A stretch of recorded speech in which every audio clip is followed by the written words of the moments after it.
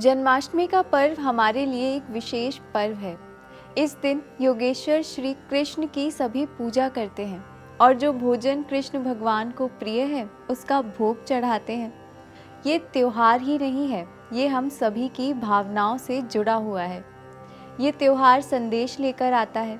जब हमारे आसपास नकारात्मकता बढ़ जाती है तो कोई ना कोई सकारात्मक ऊर्जा ज़रूर जन्म लेती है। इस सकारात्मक ऊर्जा को उत्सव की तरह मनाने के लिए बहुत सारे स्वादिष्ट और पौष्टिक भोजन बनाए जाते हैं जो श्री कृष्ण को अर्पित किए जाते हैं और प्रसाद रूप में हम ग्रहण करते हैं। आज हम ऐसे ही एक पौष्टिक और अत्यंत स्वादिष्ट प्रसाद के बारे में जानेंगे जो आप जन्माष्टमी पर बना सकते हैं और ये बहुत से स्वास्थ्यवर्धक गुणों से युक्त है।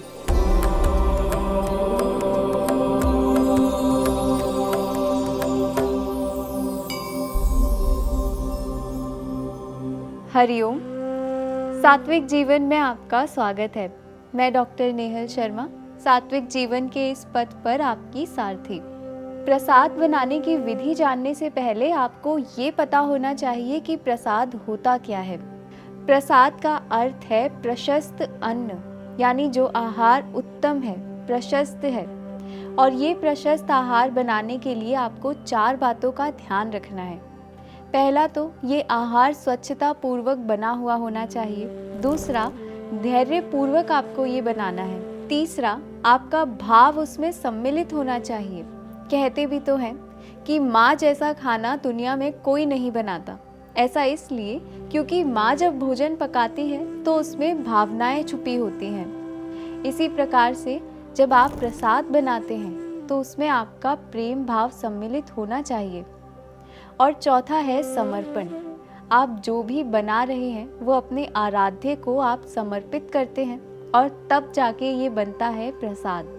मीरा को जो विष युक्त खीर दी गई थी, अपने प्रभु को समर्पित करके उन्होंने जब इसे ग्रहण किया तो ये खीर भी प्रसाद रूपी अमृत बन गई। यही होता है एक प्रशस्त अन्न। तो चलिए अब जानते हैं एक अति उत्तम प्रसाद बनाने की विधि। ये है धनिया पंजीरी। इसके लिए आपको चाहिए 100 ग्राम धनिया, 20 ग्राम बबूल की गोंद, 10 ग्राम अजवाइन, 50 ग्राम घी और बूरा चीनी या 100 ग्राम मिश्री। इसे बनाना भी बहुत आसान है।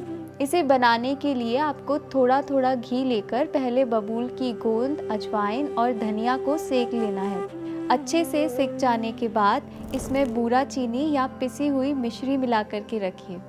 आप इसमें ड्राई फ्रूट्स भी मिला सकते हैं और सेवन के समय इसमें दही या छाछ मिलाकर आप ताज़ा फ्रूट्स भी इसमें मिला सकते हैं।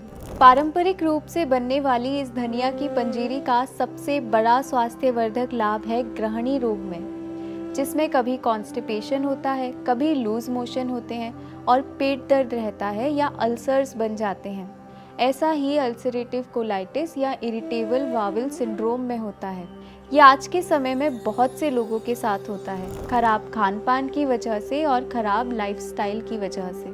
तो जिन्हें IBS या अल्सरेटिव कोलाइटिस है उन्हें धनिया पंजीरी का सेवन ज़रूर से करना चाहिए और केवल जन्माष्टमी के दिन ही नहीं, रोज़ाना नाश्ते में 30 से 40 ग्राम धनिया पंजीरी खानी चाहिए।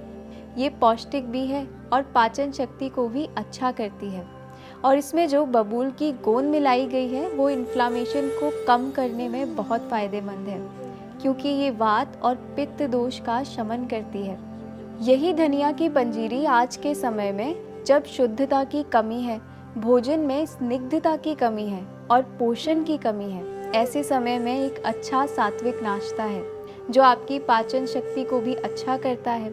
प्रातः काल दिन का आरंभ करने के लिए ऊर्जा का ये एक अच्छा स्रोत है। आप जन्माष्टमी के पर्व पर प्रसाद रूप में क्या क्या भोजन बनाते हैं, हमें कमेंट करके ज़रूर बताइए। स्वस्थ रहिए, प्रसन्न रहिए।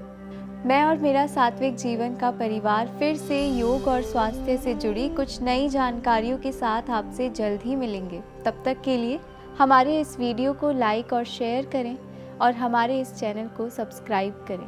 दिव्य शक्ति की कृपा हम सब पर बनी रहे। हरिओम तत्सत।